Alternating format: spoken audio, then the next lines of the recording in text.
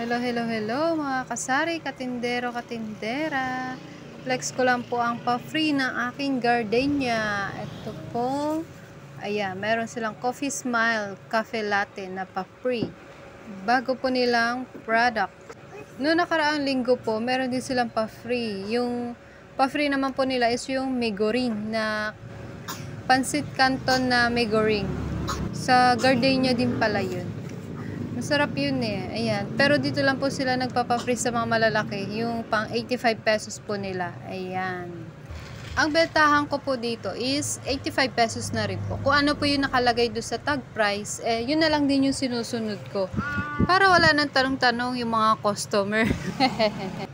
Then dito po sa maliit, wala pong free. Kasi maliit eh, kalahati. Doon lang sa malaki. Sa pang ano. Ayan, ang bango-bango, bagong dating. August 24 po ang expiration date. Pero bago po ma-expire dyan, napapalitan na po agad. Kasi twice a week po silang umiikot dito sa akin. So, every time na umiikot sila at merong natitirang tinapay, pinapalitan po nila agad. Bili na mga suki, meron ka ng tinapay, meron ka pang free kape, 'di ba? Pero ang pinakamabenta sa akin, yung maliliit na gardenia. Syempre, budget din yung mga customer do. So, doon lang sila sa maliit. Oops, wait lang, may bibili. Para ako nagpapatintero dito sa tindahan ko eh. Kasi ang daming mga nakakalat na box. Ang dami ko pa mga hindi naayos na mga items, mga bagong deliveries. So, ayan. Balik tayo sa pagdi-display ng mga gardenia, mga bababango, at bagong bake na gardenia. So, ayan. Dito ko po nilalagay yung aking gardenia sa harap ng aking tindahan. Ayan, sa aking lamesa. Para kitang-kita at alam ng customer na nagtitinda ako ng gardenia.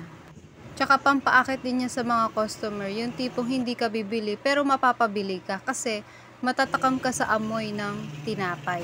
Isa rin yan sa technique ko para mas tumaas yung aking sales sa araw-araw tsaka para mas maging mabenta yung produkto.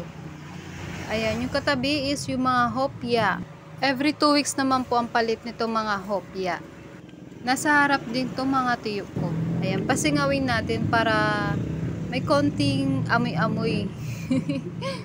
Minsan yung mga customer ko, pagdating sa tindahan ko, nag-iisip pa lang sila ng kung ano yung ulamin nila. Pero pag naamoy na nila yung tuyo, ito na lang, tuyo na lang ang ulam natin. Hindi mabenta ang tuyo. At syempre, kapartner ang itlog. Ayan, yung mga mabibenta talaga sa aking sari-sari store. Kaya yan, mga biskuit-biskuit. And meron pa tayong toasted bread dito.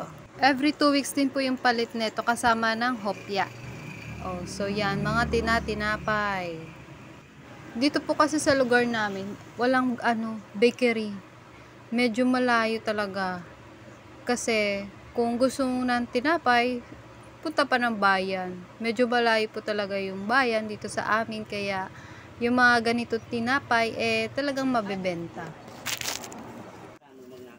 Oops, bibili ulit.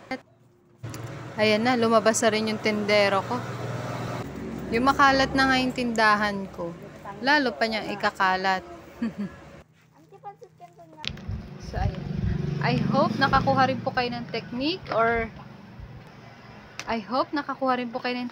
or any ideas na kung paano mas maging mabenta yung items, yung produkto, at yung pa-free ni gardenia.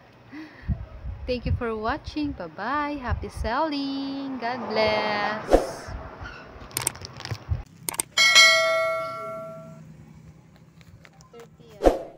Ada aja perfect kanton.